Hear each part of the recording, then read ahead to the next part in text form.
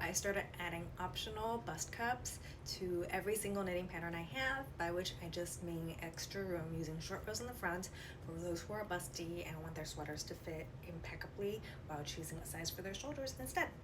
Now, one of the questions I get the most often is how we measure for bust starts, so this is how we're going to do it. Now, before you get started, you want to make sure you take all your garment measurements on your body for the purposes of knitting or sewing while wearing any underclothes or shapewear that you plan to wear with the garment that you're making. In measuring for bust starts, this is particularly important because boobs lift when we're wearing a supportive bra, so you want to wear your supportive bra so you know exactly what the placement is and what the tissue is going to look like while you're measuring for it.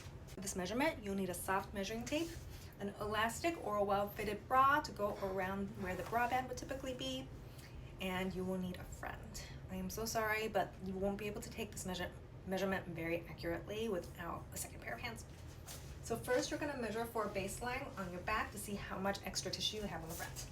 We're going to start this measurement from the mid-shoulder point, and you're going to measure down to the top of your elastic. Then you're going to take that same measurement, making sure you don't pull it taut or cut into the fullest part of your bust, and making sure you're breathing in. Take a breath, so make sure you can breathe comfortably. Now, if you're making a fitted garment, this is how you would do it. You want to make sure you hug the contour. If you're making an oversized garment, you can kind of let the tape hang off the fullest part of the bust and kind of eyeball where that line is and what that measurement is. And typically that's going to be a smaller measurement. So the difference between the front and the back of my dress form is about 4 inches. Now, if you're a sewist, you're done, move on. But if you're a knitter, you need to account for fabric stretch as well. Hand knitted fabrics particularly will stretch quite a lot, and all of my patterns easily accommodate up to 2 inches of difference between the front and the back. So if you're like me, you're done. You don't have to think about it. But if you have a bigger difference than 2 inches, then subtract 2 to account for stretch from your measurement difference.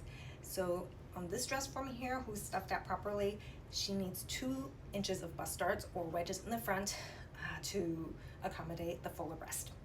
So that is how you decide which cup size to knit in a horizontal bust dart situation on hand knit garments. All of my patterns released in the last 3 years all have these optional bust dart cups built into the pattern so that you don't have to do math. So if you're interested in that kind of thing or you have any question, please give me a follow, drop a comment, anything you need. I'm happy to answer as many of the questions as I am able to. Hope this helps.